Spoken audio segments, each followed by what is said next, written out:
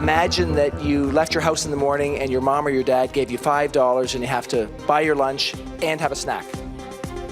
You got to figure out how much you're going to spend and what you're going to spend it on, and that's what I have to do as the Minister of Finance. That's Bill Morneau explaining his job to a room of young children. Of course, there's one rather large difference. That analogy used a budget of $5. The dollar figures for the one released Tuesday will reach into the hundreds of billions. The budget leads this week's Sunday Scrum. Joining us this week in Ottawa, freelance columnist Susan Riley, the Globe and Mail's John Ibbitson, and our very own CBC's Julie Van Dusen. Hello to you all. Good morning. Good morning, Andrew. So, Susan, let's start with you. So there's lots in this budget. What are some of the highlights, do you think, or what are the things that you'll be looking for? Me, as opposed to everybody else, yes. Who's going to be focused obsessively on the deficit. I think I'll be looking for money for cities, money for infrastructure, which has been signaled, which has been promised. Mr. Trudeau said the other day that it sounds like it's going to be rolled out in 2 phases, and the first phase is going to be the unglamorous underground work, fixing subways, I guess, and transitways and potholes and bridges and that kind of thing, which can be applied immediately, which can get people to work immediately, particularly, I would argue, in Edmonton and Calgary. You remember that Alberta has been promised $700 million in infrastructure money. There's also going to be changes to EI, again, to accommodate the present crisis in Alberta. There's a huge expectation in that province of money, and I think the Liberals are under a lot of pressure to deliver. And John, are you going to be obsessed with deficit and just how big it's going to be? Obsessed with the deficit and nothing else. No, absolutely. These projects are all worthy, but we had 5 years of deficits for the very good under the Harper government, for the very good reason that we had an economic crisis and all G20 countries went into deficit in order to fight that crisis, Canada being one of those G20 countries. It took half a decade to get us back into the black. We are not in recession. Growth is lackluster, but nothing in this budget is actually going to goose growth this quarter. If you actually wanted to goose growth right now, you would do something stupid like cut the GST. But these are all projects that are years and years down the road, so they're going to do nothing in short term. Instead, by the sounds of it, we're going back into another half decade of deficit. So I want to see how high is the deficit this year? When does Mr. Morneau suggest that we will get back into balance? And it seems that it might not even be in the life of this government. How credible are those deficit projections down the road? And what happens, where are the provisions in the event we go into a recession somewhere later in the decade, which we are due for? We're due for a recession sooner rather than later. Yeah, so I'm pretty obsessed on that. Julie? Well, I mean, I think it'll be interesting when you look back at Stephen Harper, and they did rack up big deficits. I think it was $56 billion by 2009. Spending spree to help get out of the recession. But they had oil revenues to help bring that deficit down. And we're in a different era now when oil is low.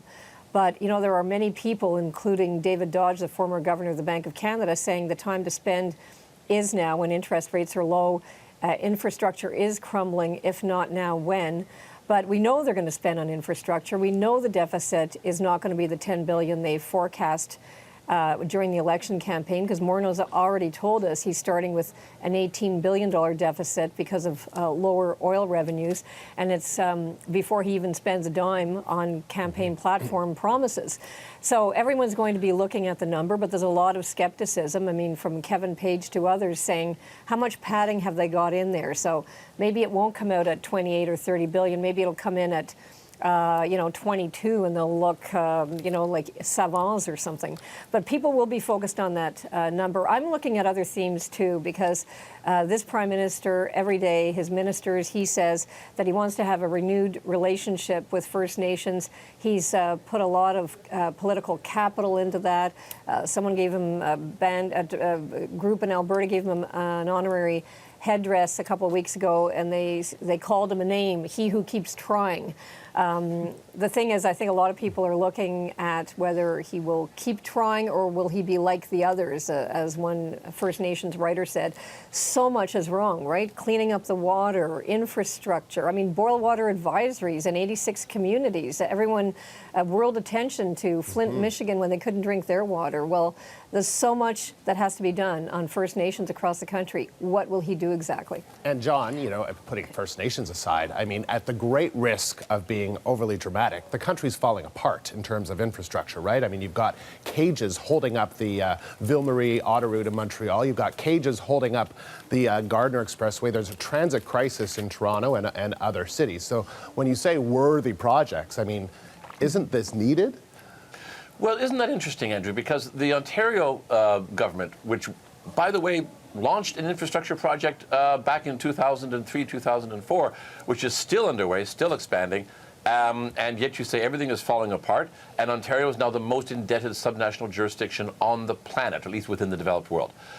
Quebec budget deficits are ruinously high, and they're putting their budget back into balance basically because if they don't, the rating agencies are going to come after them.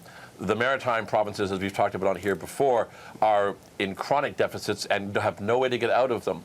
Alberta has now gone into deficit because of collapsing oil revenues. Saskatchewan, not so bad. British Columbia, the one and only province that seems to be managing things. So if everything is falling apart, why is everything falling apart even though we have governments that have racked up record levels of deficit across the country, and now the only government in the country that was managing to balance its book is going to join them? How is that a good thing? Can I just jump in here? I really think this elite preoccupation with the deficit doesn't reflect Canadian interests. In fact, my attention starts to drift the minute they start talking about numbers. And I think that the people who are concerned about the deficit tend to be, at the risk of generalization, have good jobs, good salaries, drive big cars, are not concerned with the other things, the other worthy projects that are going to be addressed in this deficit. So there's going to be a lot of students that will take heart if they, in fact, get lower cost loans or enlarged grants to cover their tuition. There's a promise of 40,000 jobs for young people, and youth unemployment has been a chronic problem. Just this week, the Prime Minister announced that the retirement age is going to move back down to 65 instead of 67.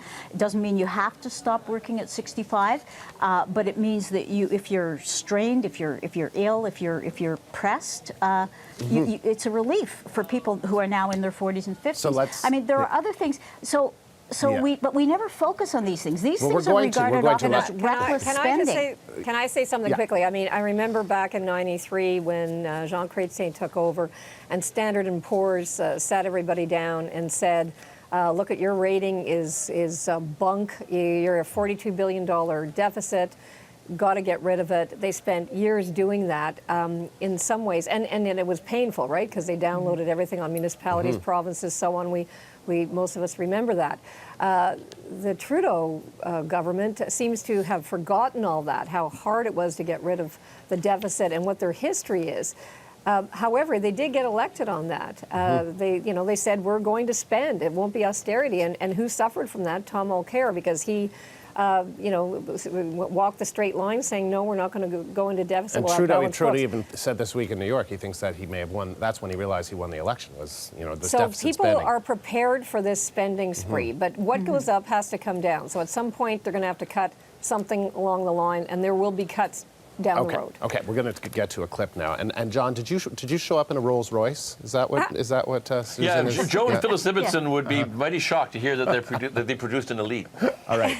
So we already had, as Susan mentioned, we already have a pretty good idea of some of the contents of the budget, and in some cases from the Prime Minister himself. Here's Justin Trudeau in New York this week.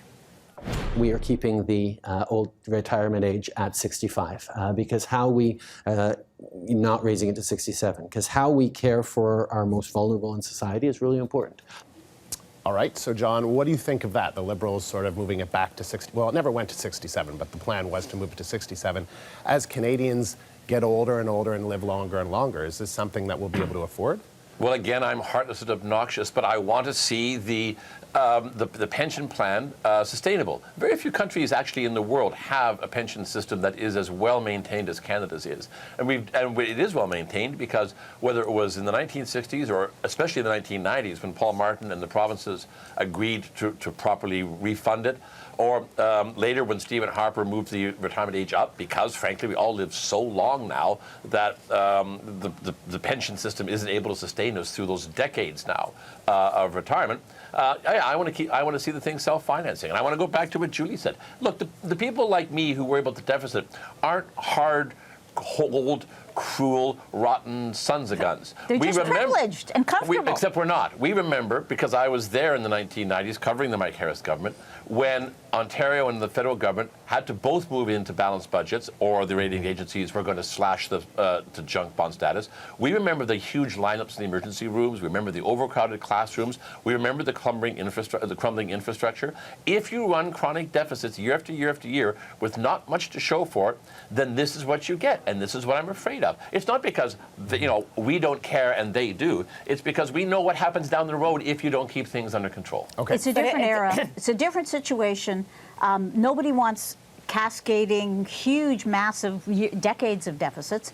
But I'm just saying that we're focusing on the wrong thing. Nobody wants it, but that's what you get. Julie, you got a few seconds just to finish that Well, off. just a few seconds. I mean, on the 65 thing, I mean, I was surprised yesterday. David Dodge said he thought it was a backward step, not taking into mind that there's not going to be enough people to finance everybody's retirement.